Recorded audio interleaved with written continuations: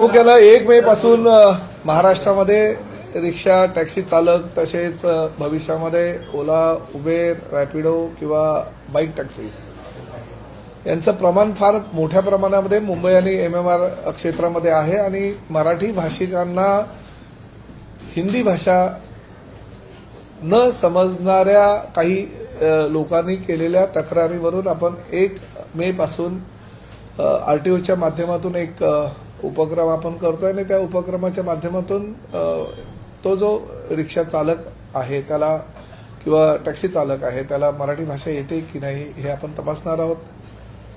सुरुवातीपासून महाराष्ट्राची आणि प्रामुख्याने परिवहन डिपार्टमेंटची ही भूमिकाच राहिलेली आहे की महाराष्ट्रामध्ये जर तुम्हाला व्यवसाय करायचा असेल तर मराठी येणं अनिवार्य आहे आणि तो आपला अधिकार आहे, आपला तो हक्क आहे आणि त्या माध्यमातून ही मोहीम आम्ही करतोय.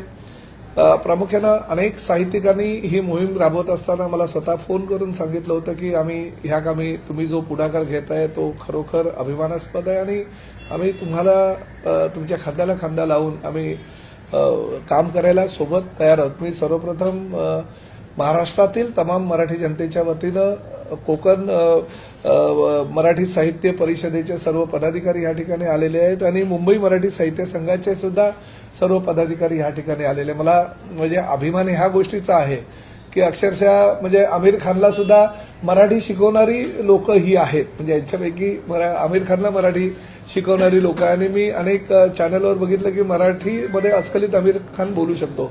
किंबहुना रितेश देशमुख यांची पत्नी जेनेलिया हिला सुद्धा मराठी शिकवणारी लोक ह्यामध्ये आहेत. म्हणजे अनेक हिंदी भाषिकांना आणि तारे तारकांना सुद्धा मराठी शिकवणारी ही सगळी मंडळी आहे आणि आज हीच मंडळी पुढाकार घेत आहेत की आम्ही रिक्षा टॅक्सी चालकांना सुद्धा मराठी शिकू. प्रामुख्यानं कोकण मराठी साहित्य परिषदेचे 72 विभाग आहे. या 72 विभागांना आता जबाबदारी उचललेली आहे की आम्ही आमचे विविध ठिकाणी जे विभाग आहेत त्या विभागाच्या आम्ही आमच्या शाखेला कळू आणि त्या माध्यमातून एक रिक्षा आणि टॅक्सी चालकांना मराठी अतिशय सोप्या भाषेमध्ये कळेल आणि समजेल आणि त्याला बोलता येईल अशा पद्धतीने आम्ही एक अभ्यासक्रम आता तयार करतोय आणि आजच ते अभ्यासक्रमाची कशी साधारण मांडणी असेल त्या पद्धतीने हे आताच बसून निर्णय घेणार आहेत. आणि त्याचबरोबर मुंबई मराठी साहित्य संघानं सुद्धा पुढाकार घेतलेले आहेत. मेंदळे ताईंचे मी मनापासून आभार व्यक्त करतो कारण लोकमान्य टिळकांच्या नात असलेल्या आमच्या पंथी असलेल्या आमच्या मेंदळे ताईंनी अनेक मराठी भाषेसाठी उपक्रम राबवलेले आहेत आणि त्या माध्यमातून मराठी भाषेचा प्रचार आणि प्रसार होण्यासाठी ते आताही वर्ग त्यांचे घेण्याचं चालू आहे. आताही ते अनेक हिंदी भाषिकांना त्यांच्या मुंबई मराठी साहित्य संघाच्या माध्यमातून मराठी शिकवतात. अनेक हिंदी भाषिक जे आहेत ते नोकरीला लागत असताना किंवा त्यांना इतर कामांसाठी जेव्हा मराठीची शिकण्याची गरज असते तेव्हा ते त्यांच्याकडनं मराठी शिकतात. आणि अजून एक महत्वाचं म्हणजे मराठी भाषा शिकल्यानंतर समोरच्या व्यक्तीला मुंबई मराठी साहित्य संघाच्या वतीनं प्रमाणपत्र दिलं जाते. ते प्रमाणपत्र राज्य शासनानं मंजूर केल्यानुसार आहे. म्हणजे एक प्रमाणपत्र त्यांचं असं नाहीये की कुठल्या तरी संस्थेनं असंच दिलेलं आहे. राज्य शासनाचे मान्यता प्राप्त प्रमाणपत्र त्या देतात. त्यामुळे त्याचा फायदा असा होणार आहे की यांच्याकडे जर मराठी कोणी शिकलं तर आम्ही भविष्यामध्ये लायसन्स देताना, बॅच देताना किंवा परमिट देताना त्या प्रमाणपत्र त्यांच्याकडे आहे का अशी सुद्धा आम्ही अट घालू शकतो जेणेकरून ह्या प्रमाणपत्रानुसारच समोरच्याला लायसन्स, बॅच किंवा आम्ही परमिट देऊ शकू. त्यामुळे अतिशय सकारात्मक भूमिका ही मराठी साहित्य संघाने घेतलेली आहे. कौशल इनामदार ज्यांचं पहिलं गीत लाभले आम्हाचं भाग्य बोलतो मराठी हे पहिलं गीत त्यांनी मराठी भाषेविषयी आणि अभिमान गीत त्यांनी गायलं होतं आणि ठाण्याच्याच दादोजी कोंडदेव स्टेडियमवर त्यांनी ते पहिलं अभिमान गीत सादर केलं होतं. आशाताई त्या कार्यक्रमाला होत्या आणि त्यांच्यासमोर त्यांनी ते अभिमान गीत 25 वर्षापूर्वी सादर केलं होतं आणि मी साक्षीदार आहे त्या गोष्टीचा. त्यामुळे कदाचित आता कौशल इनामदार सुद्धा यामध्ये पुढाकार घेत आहेत. 27 तारखेला आम्ही त्यांच्याबरोबर बैठक घेतोय आणि मराठी भाषेचा प्रचार प्रसार व्हावा, वादविवाद टळू नये आणि वादविवाद होत असताना FIR होतात, तक्रारी दाखल होतात, पोलिसांमध्ये गुन्हे दाखल होतात. ते गुन्हे होऊ नये यासाठी आम्ही हा उपक्रम राबवतोय. प्रामुख्यानं कोकण मराठी साहित्य परिषद किंवा मुंबई मराठी साहित्य संघाच्या वतीनं जर ह्या ट्युशन्स किंवा मराठी शिकवण्याची मोहीम राबवली गेली तर खरोखर त्या हिंदी भाषिक रिक्षा टॅक्सी ड्रायव्हर सुद्धा मराठी येऊ शकेल. तर आम्ही बघतोय काही लोक फक्त राजकीय पक्षाच्या पोळ्या भाजण्याकरता आम्ही इथे मराठीचे क्लास घेतो, तिकडे मराठीचे क्लास घेतो, शूटिंग झालं, फोटोग्राफी झाली की ते क्लासेस तिकडनं ते फळे वगैरे कुठे दिसत पण नाही. काही ठिकाणी स्टेशनवर असं बॅनर लावतात की आम्ही हिंदी भाषिकांना मराठी शिकवू, परंतु नंतर मग ते पेपरात बातमी आली किंवा टीव्हीवर बातमी आली की नंतर मग दुसऱ्या दिवशी मात्र ते बोर्ड दिसत नाही, ती शाळा पण दिसत नाही. परंतु महाराष्ट्रामध्ये मराठीचा अभिमान असलेली ही जी मंडळी आज बसलेली आहे, जी कोकण मराठी साहित्य परिषदेच्या माध्यमातून गेल्या अनेक वर्षापासून काम करतायत, मुंबई मराठी साहित्य संघाच्या माध्यमातून अनेक हिंदी भाषिकांना त्यांनी मराठी शिकवलेलं आहे, अशी मंडळी आम्ही आता सोबत घेतोय. आणि ह्या मंडळीच्या माध्यमातून आम्ही हिंदी भाषिक ड्रायव्हर्सना हे मराठी शिकवण्याचा निर्णय आज आमच्या RTO डिपार्टमेंटनं घेतलेला आहे. मराठी भाषा शिकण्यासाठी जी काही साधारणतः 2 पानी आपण एक पुस्तिका तयार करतोय आणि त्या पुस्तिका सुद्धा आजच तयार होणार आहे, जेणेकरून 1 मे पासून आम्ही त्याची अंमलबजावणी करण्याच्या सूचना आमच्या RTOच्या अधिकाऱ्यांना देऊ. प्रमाणपत्र कोर्स म्हणताय तो कसा असेल, कुठं असेल आणि या सगळ्या एवढ्या रिक्षा युनियन पूर्ण महाराष्ट्रामध्ये पसरलेलं आहे, त्यांनाही कुठे जाणार, म्हणजे आपले साहित्यिक जाणार आहेत, कसं असणार? नाही, मी सांगितलं ना 72 शाखा आता त्या संदर्भात म्हणजे आमची आता बैठक झाली, परंतु मला असं वाटतं की ह्या संदर्भात आता कशा पद्धतीनं होईल त्याचं मेंदळे मॅडम आणि आमचे बाकीचे लोक मार्गदर्शन करतील. या मुद्द्यावर असं आहे की काल सदावर्ते यांनी पत्रकार परिषद घेतली आणि त्यांनी म्हटलं की 2017ला या संदर्भातला निकाल लागलेला आहे, तुम्हाला या निकालाची किंवा अशा पद्धतीची तुम्ही सक्ती करू शकत नाही, त्यामुळे तुम्ही कायद्याच्या विरोधात जाऊन वागताय असं त्यांनी तुम्हाला खडसावलं. कायद्याच्या विरोधामध्ये आम्ही काही वागत नाहीये. आम्ही न्यायदेवताचा मान सन्मान ठेवूनच जे काही निर्णय आहेत ते RTO डिपार्टमेंटचे घेतो. सदावर्तेंच्या बाबतीत तुम्हाला मी सांगतो, त्यांच्या बँकेचं अध्यक्षपद त्यांच्या काही पदाधिकाऱ्यांकडे होतं, परंतु 16 तारखेला जी बँकेची निवडणूक झाली त्या निवडणुकीमध्ये आमच्या पक्षाचे सर्व उमेदवार जे होते ते निवडून आले आणि बँक त्यांच्या ताब्यातनं गेली, म्हणून त्यांनी ह्या मराठीचा जो मुद्दा आम्ही प्रामुख्याने घेतलेला त्याला विरोध करण्याची भूमिका आम्ही घेतलेली आहे. पण ठीक आहे, आता त्यांच्या भूमिकेकडे काही मी जास्त बघणार नाहीये, परंतु कायद्याच्या कक्षेमध्येच आम्ही राहून काम करतो हे आवर्जून ह्या ठिकाणी सांगतो. आणि बाकी अशा काही फालतूगिरी करणारी जी काही लोक असतात त्यांच्या प्रत्येक प्रश्नाला उत्तर देणं मी माझं कर्तव्य असं आहे असं समजत नाही. मराठी महाराष्ट्रामध्ये जर व्यवसाय करायचा असेल तर मराठी अनिवार्य आहे, मराठी तुम्हाला यावंच लागेल, अशा पद्धतीची भूमिका RTOची आहे. आणि ती भूमिका निभावत असताना काही अडचणी आमच्या ड्रायव्हर्सना आहेत, त्या अडचणी दूर करण्यासाठी ही मंडळी आमच्या सोबत आहे. त्यामुळे ह्या मंडळीच्या माध्यमातून आम्ही मराठी ज्यांना येत नसेल, शिकण्याची त्यांची वृत्ती असेल, आम्ही त्यांना शिकवण्याचा प्रयत्न करू, परंतु मुजोरी करतील आणि तुम्हाला जे करायचं ते करा, आम्ही मराठी शिकणार नाही, ही भूमिका योग्य नाही. माझी स्पष्टपणे भूमिका महाराष्ट्रामध्ये राहावं लागेल तर मराठी तुम्हाला यावंच लागेल. 4 तारखेला जे आंदोलन करण्याचा इशारा दिलेला आहे, सगळ्यात मोठी युनियन आहे शशांक राव यांची, त्यांनी जे आवाहन नाही बघा, आता मी 28 तारखेला बैठक लावतोय आणि बैठकीमध्ये शशांक राव यांच्यासहित अनेक युनियनच्या पदाधिकाऱ्यांना सुद्धा मी त्यामध्ये बोलवत आहे. 28 तारखेला सकाळी 10:30 वाजता ही बैठक आहे आणि त्या बैठकीमध्ये शशांक राव आणि त्यांच्याबरोबर अजून काही पाठिंबा दिलेल्या काही संघटना आहेत त्यांनाही आम्ही आमंत्रित केलेले 10 ते 12 संघटनांना. आणि मी त्यांना समजून सांगणार आहे की बाबा ही भूमिका राज्य शासनाची आहे किंवा ही भूमिका परिवहन खात्याची आहे.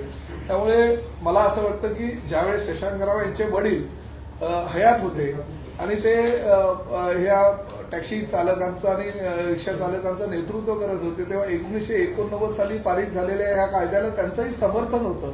त्यामुळे मला आपल्या माध्यमातून त्यांना विनंती करायची आहे की शेवटी महाराष्ट्र आहे, मराठीची सक्ती हे काही चुकीचं नाहीये आणि व्यवसाय करणारा व्यक्ती जर महाराष्ट्रामध्ये मराठी शिकायला तयार असेल तर उलट त्यांना तुम्ही परावृत्त करायला पाहिजे. तुम्ही कर्नाटकामध्ये जा, तुम्ही तेलंगणामध्ये जा, तामिळनाडूमध्ये जा, मद्रासमध्ये जा किंवा बाकीच्या केरळामध्ये जा, त्या ठिकाणी त्यांची भाषा ही त्या लोकांना यायलाच हवी या मताचे ते आहेत. तर तुम्ही महाराष्ट्रामध्ये जर मराठी कोणी बोलायला तयार आहे तो रिक्षावाले, परंतु तुम्हीच जर असं आक्रमक भूमिका घेतली आणि त्यांच्या मुजरीमध्ये अजून जर भर करून दिला तर कसं चालेल मला सांगा. त्यामुळे मी तुम्हाला आमंत्रित करतो, 28 तारखेला तुमचं काय मत आहे ते मला सांगा.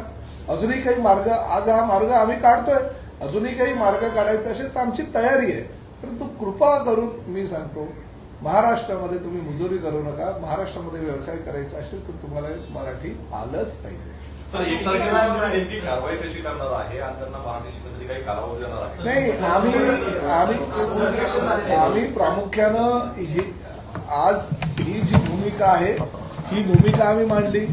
कोकण मराठी साहित्य परिषद आणि मुंबई मराठी साहित्य संघाने ही जबाबदारी घेतलेली आहे. तुम्हाला मराठी बोलता येतं का, तुम्हाला मराठी समजतं का. आम्ही काय लिहायला वाचायला सांगत नाही, आम्ही काय परीक्षा घेत नाहीये त्यांची, परंतु जो नियम आहे त्या नियमानुसार तुम्हाला परवाने दिले गेलेले आहेत का याची पाहणी करणार आहोत. आमचे जर आरटीओचे अधिकारी चुकले असते, आमच्या आरटीओच्या अधिकाऱ्यांनी जर चुकीचे काही लायसन्स दिले असतील, बॅच दिले असतील, परमिट दिले असेल तर आम्ही आरटीओच्या अधिकाऱ्यांवर सुद्धा कारवाई करायला कुचराई करणार नाही, आम्ही त्यांच्यावरही कारवाई करू. परंतु 1 तारखेपासून आम्ही आमचा पूर्ण ज्या ज्या ठिकाणी प्रामुख्याने आता सुरुवातीला आम्ही MMR क्षेत्रामध्ये ही मोहीम आखणार आहोत.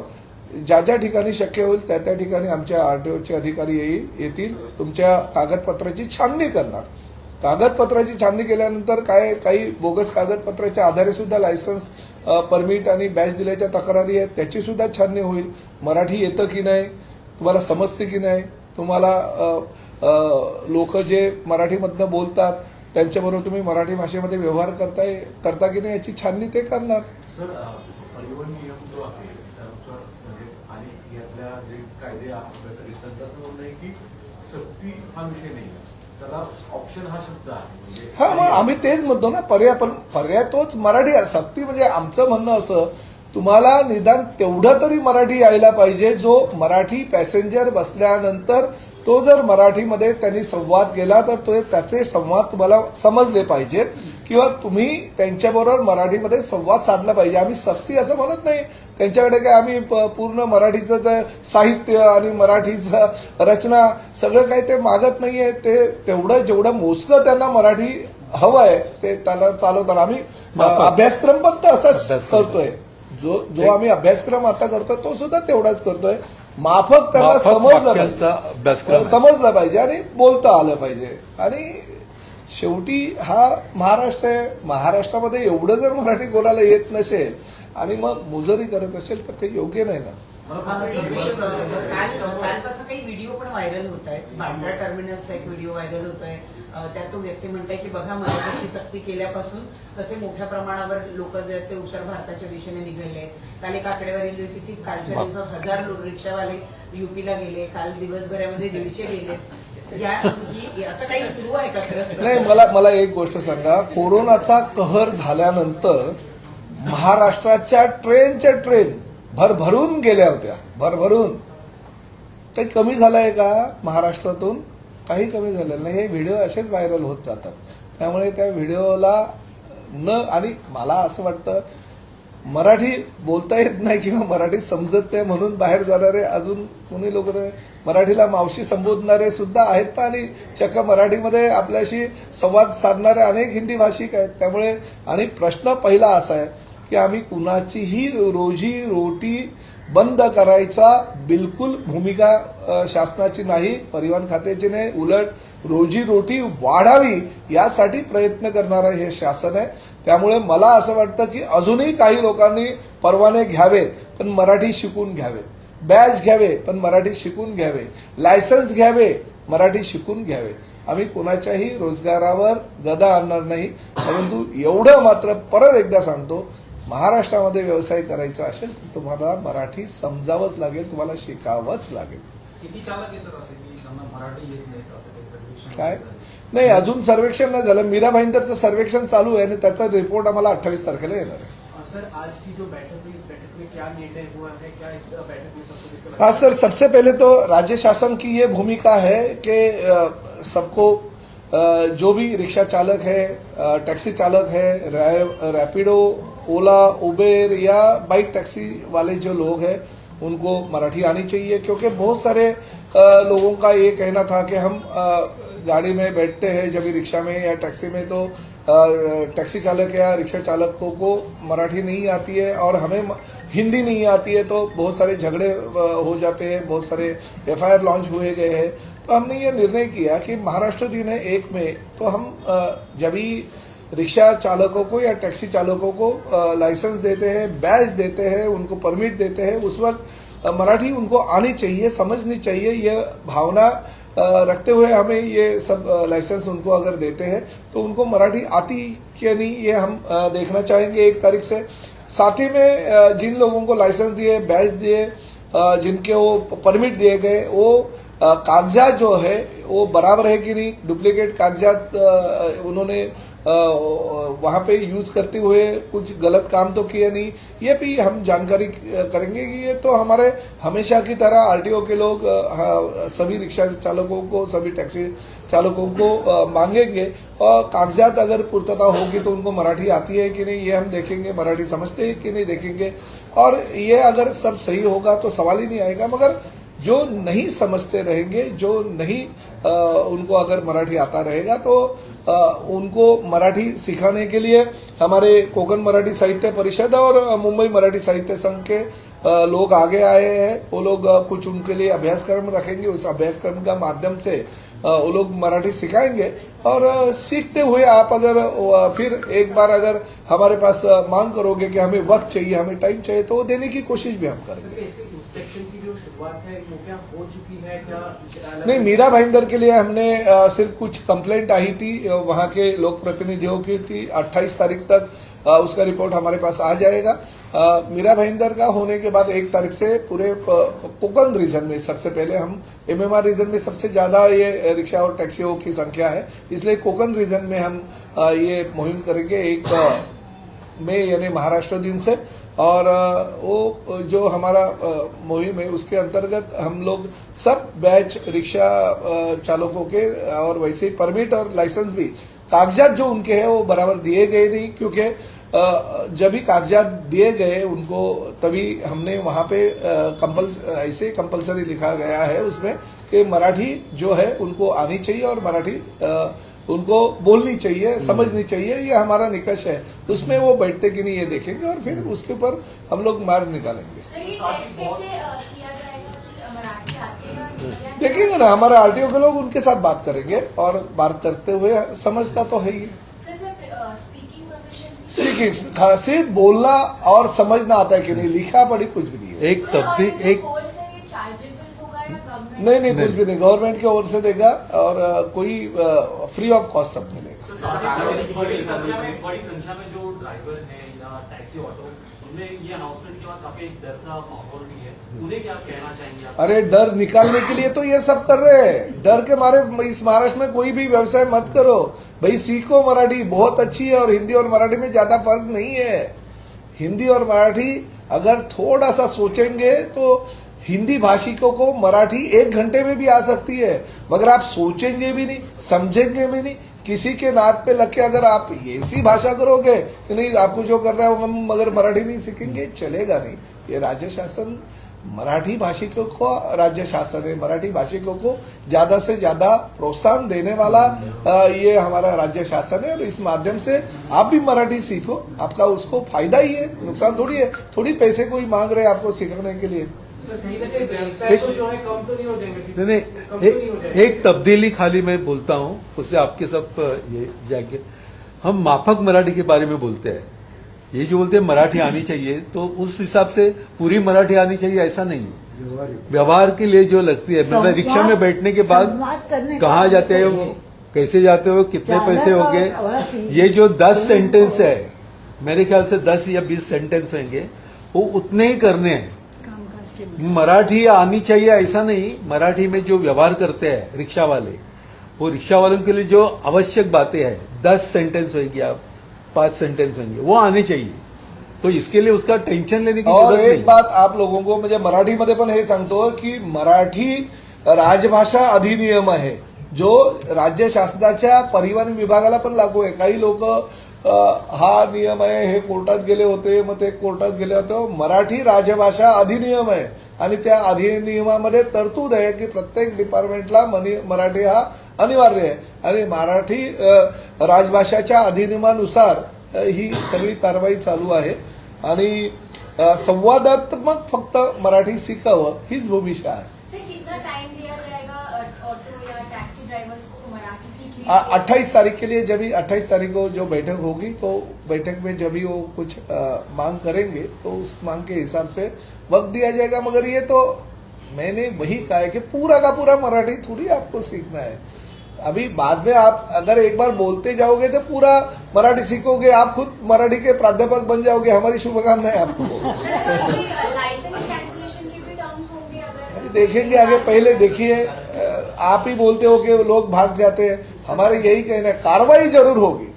किस तरह की कार्रवाई होगी ये हम डिसाइड करेंगे. सर, पण इथून पुढे मग लायसन्स काढताना रिक्षा चालक किंवा ऑटो चालक लायसन्स काढतानाच त्यांना हा सब्जेक्ट किंवा हे कंपल्शन असणार नाही का? बघा, लायसन्स मोटर दिल्यानंतर- परिवहन विभागाच्या नियम 4/28 आणि नियम 85 मध्ये आवश्यक ते बदल करण्याचा आता निर्णय घेतलेला आहे. उद्या लायसन्स देत असताना, बॅच देत असताना, परमिट देत असताना जर काही आम्हाला आमच्या डिपार्टमेंटच्या नियमावलीमध्ये काही बदल करायचे असेल तर ते बदल सुद्धा आम्ही करू. म्हणजे काही जे मध्ये अधेमध्ये बोलतात ना की हे असं आहे ते तसं आहे, हा अधिकार नाही आहे त्यांना, तो अधिकार नाही, तो अधिकार सुद्धा घेण्याचा अधिकार हा आमच्या डिपार्टमेंटला आहे. सर, एक वेगळा प्रश्न आहे. तुमच्या पक्षाचे आमदार संजय गायकवाड पुन्हा एकदा वादात आलेले आहे.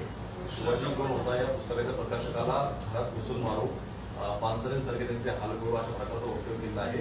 काँग्रेसने म्हटले का पानसरेंच्या हस्ते त्यातून सुद्धा असं असली शक्यता आहे. वारंवार नाही, असे मला काही त्या संदर्भात माहिती नाही. मी तर फक्त मराठीच्याच मागे लागलेलो आहे सगळं आणि सगळे साहित्यिक विचारे लांबून आलेले आहेत. 2 दिवस झाले शासकीय कर्मचाऱ्यांचा संप सुरू आहे. याचा एक गैरफायदा असा घेतला जातोय की अनेक सेतू कार्यालयामध्ये वेगवेगळे प्रमाणपत्र दिले जातात आणि विशेष प्रोसेस सुरू होती त्या दरम्यान अनेक जण विद्यार्थी जातात, प्रमाणपत्र काढतात. ऑब्व्हियसली प्रशासकीय यंत्र 7-12 पासून सगळ्या वेळी चालतात. अशा ठिकाणी कर्मचाऱ्यांचा संपाचा फायदा घेऊन ते उपस्थित कर्मचारी ते अतिरिक्त पैसे मागतात आणि प्रमाणपत्र देत आहेत. उलट एका साईडला अधिकारीची मुंडवणी तर सुरूच आहे आणि दुसऱ्या बाजूला पैसेही अतिरिक्त घेतात.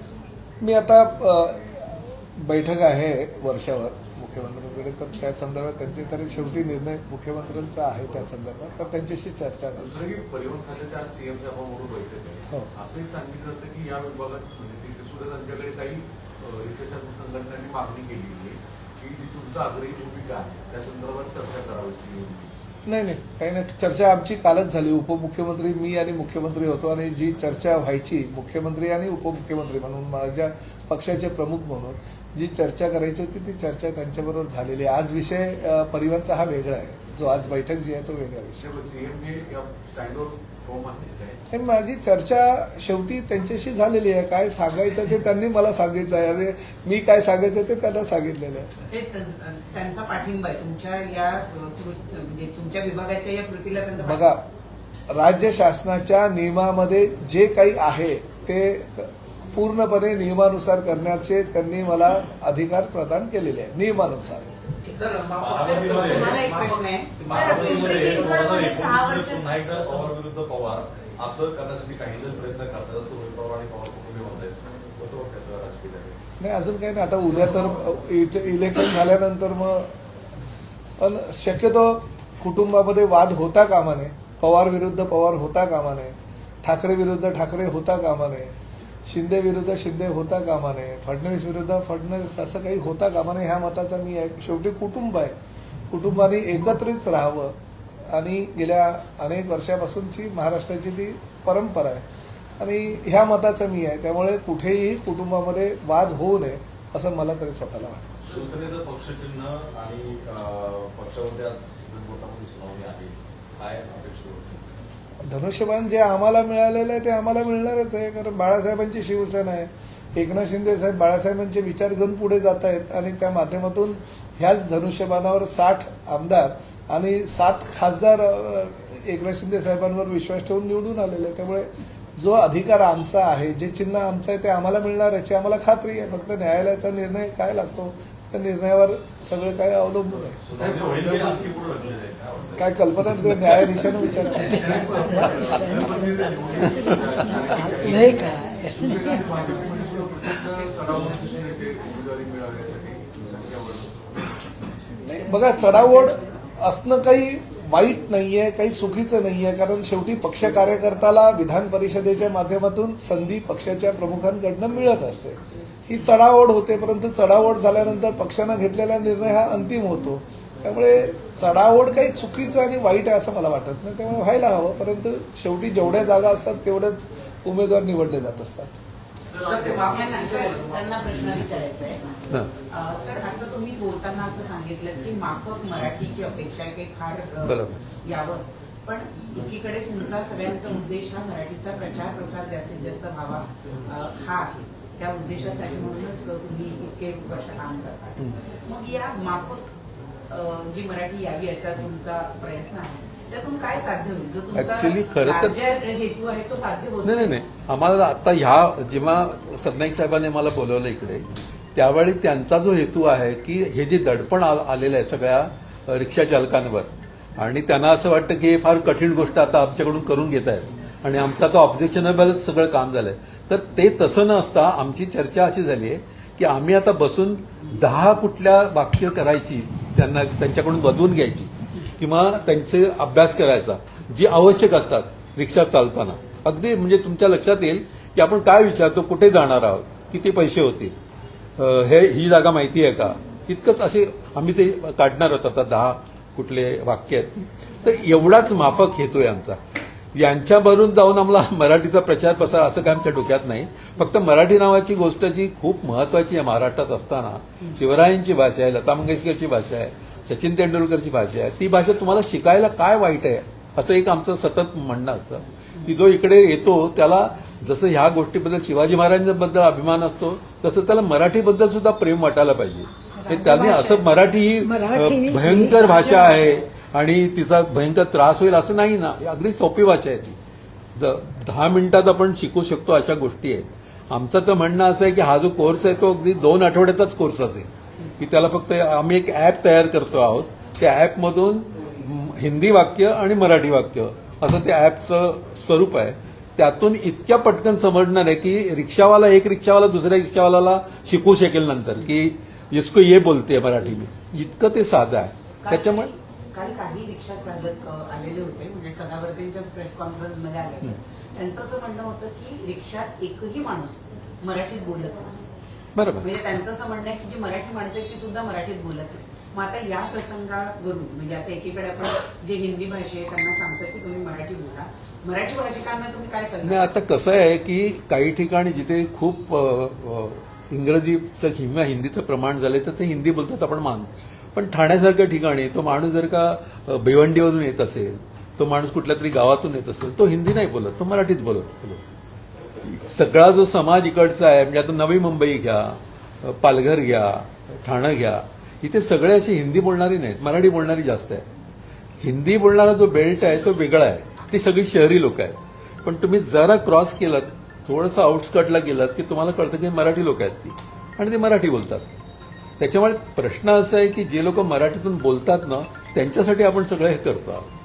आणि हिंदी सगळे बोलतात म्हणून सगळ्यांनी हिंदीत आता बोलायला पाहिजे. त्याच्याऐवजी असा एक अप्रोच करायला काय हरकत आहे की मराठी पण बोला की थोडंसं मराठी बोला, कामापुरतं मराठी बोला, तेवढं ते यायला हरकत नाही ना. म्हणजे आपण महाराष्ट्रात राहतो तर असं तर व्हायला पाहिजे. आपण काय त्यांनी ज्ञानोबानी काय लिहिलंय आणि तुकोबानी काय लिहिलं हे तर विचारत नाहीत ना.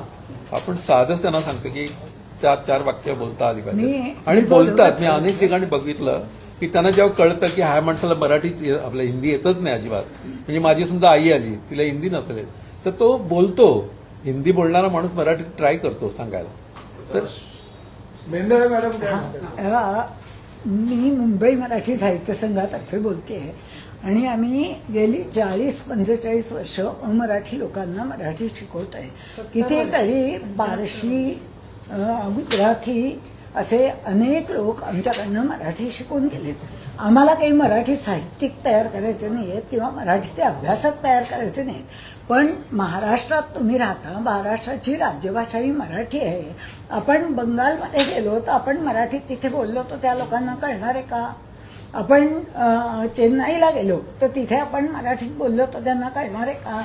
तर आपण प्रयत्न करतो ना त्यांच्या भाषेतले शब्द त्यांना सांगायची किंवा निदान हिंदी इंग्लिशमध्ये बोलण्याची. मग महाराष्ट्रात जे मराठी प्रवासी त्यांच्या वाहनांमध्ये बसतात त्यांना सहजतेने आपल्याला कुठे जायचं हे सांगता यावं. त्यात अनेक ज्येष्ठ व्यक्ती असतात, काही जणांना अजिबात इतर दुसऱ्या भाषा येत नाहीत. अशा लोकांना जर त्या वाहनात बसायचं असेल आणि नीटपणाने त्यांना कुठे जायचं आहे ते त्यांना सांगायचं असेल तर त्या चालकाला ते समजलं पाहिजे. इतकी साधी याच्या मागची भावना आहे. त्यांना काही मोठं मराठी शिकवून काही करायचं नाही आहे. त्यांना रोजच्या संवादाच्या याच्यात जे वागता येईल किंवा बोलता येईल, त्यांच्याशी संवाद साधता येईल एवढंच आम्हाला बघायचं आहे. आता नर्सिंगच्या लोकांना, इथे जे लोक नर्सिंगचं घेतात त्या लोकांना मराठी शिकायलाच लागतं. कारण हॉस्पिटलमध्ये पेशंट्स आले तर त्या पेशंट्सची त्यांना सांगायला तर पाहिजे, त्या पेशंटला सांगता आलं पाहिजे की त्याला काय होत आहे. तसंच रिक्षावाले, टॅक्सीवाले यांना आम्हाला काही त्यांचा धंदा बंद करायचा नाही आहे किंवा कुठेही त्यांना कमीपणा द्यायचा नाही आहे. उलट त्यांचा धंदा वाढावा आणि त्यांना त्यांच्या ग्राहकांशी नीटपणाने संधान साधता यावं, संवाद साधता यावा, ह्यासाठी हा सगळा प्रयास चाललेला आहे. महाराष्ट्रात राहिल्यानंतर एक मुंबई सोडली तर बाकी ठिकाणी तर मराठीच वापरलं जातं. मुंबईतच थोडं असं आहे की इतर भाषिक लोक मुंबईत आहेत आणि ह्यामुळे थोडं आपलं सुद्धा असं होतं की आपण टॅक्सीत किंवा रिक्षात बसलो तर पटकन आपण त्यांना हिंदीत बोलतो. हे एकतर आपणही शिकलं पाहिजे की आपण महाराष्ट्रात राहतो, आपण मराठीतच त्यांना सूचना द्यायला पाहिजेत. हे आपण लोकांनी पण शिकलं पाहिजे. आणि दुसरी गोष्ट, त्या लोकांनी पण आपल्याला विचारलं पाहिजे. आता ह्याच्यासाठी काही सोप्या गोष्टी यांनी सांगितलं तसंच आम्ही करणार आहोत की अगदी साधी साधी वाक्य, कुठे जायचं आहे, किती पैसे झाले, हे त्यांनी सांगता त्यांना यावं एवढंच फक्त आम्हाला हवं आहे. त्या दृष्टीनेच आम्ही अभ्यासक्रम म्हणण्यापेक्षा फक्त ही काही वाक्यच आम्ही तयार करणार आहोत. आणि दुसरी गोष्ट अशी की ही आम्ही ॲपवरनं सांगण्याचा सुद्धा प्रयत्न करणार आहोत की जसं त्यांना काही कुठल्याही क्लासला जायला नको, कुठे फिया देऊन शिकायला नको, काहीच नको. सततच आज लहान मुलंसुद्धा सतत रील्स आणि हे बघतच असतात की नाही, रिक्षा टॅक्सीवाले सुद्धा बघत असतात, ऐकत असतात. त्यात त्यांना तोंडीच जर मराठी भाषेतली काही वाक्य शिकवली गेली तर ते सहज बोलू शकतील आणि त्याचा त्यांच्या धंद्याच्या दृष्टीने, व्यवसायाच्या दृष्टीने सुद्धा नक्कीच फायदा होईल. त्यांना आपण पुस्तकं देणार, वर्ग घेणार, पॅम्पलेट्स टाईप दिलं जाईल, ॲप देणार, आणि छोटी ॲप पुस्तिका तयार करायचा प्रयत्न चाललाय. मोबाईल तर आजकाल सगळ्यांच्याचकडे असतो. मोबाईलवर जर त्यांनी ॲप ऐकलं तर ते सहज बोलू शकतील. आता साधा जीपीएस असतो सगळ्यांच्याकडे, जीपीएस वरनं त्यांना कळतच की नाही कुठे जायचंय, काय जायचंय, बरोबर आपल्याला कळत नाही, त्यांना बरोबर कळत. आम्ही तर विचार करतो जीपीएस सुद्धा मराठीत करावा, जेणेकरून त्याला जीपीएस मराठी म्हणजे समजेलच मराठीमध्ये. आपलं गुगल पे किंवा अजून म्हणजे काही हे असं फोन पे, तर ते फोन पे करताना सुद्धा धन्यवाद, आपले ₹1.50 मिळाले मराठी. मीटिंग मध्ये विचार झाला, हे असं व्हायला पाहिजे जेणेकरून सातत्यानं हॅमर मराठीचा भडीमार. आम्हाला त्यांना कुठेही अडचणीत आणायचं नाहीच आहे अजिबात. उलट त्यांचा व्यवसाय जास्त सुकर व्हावा हीच इच्छा आहे. नाही करतायत ना, आता बसतायत. सर पण मराठीसाठी ठाकरे नेहमी आग्रही असतात, त्यांचा पाठिंबा आहे का तुम्हाला? आपण माझ्याशी त्यांना विचारलं पाहिजे. आपण विचारतो नाही, पण मराठीसाठी मला असं वाटतं की मराठीसाठी महाराष्ट्रातल्या तमाम राजकीय पक्ष हा पाठिंबाच देत असतो. हा इतिहास आहे. काही कुठल्या मराठीचा ठेका काय कुठल्या एका पक्षानं घेतलेला नाहीये. त्यामुळे मराठीसाठी सगळे एकवट हा आणि पक्षीय किंवा असा विषयच नाहीये.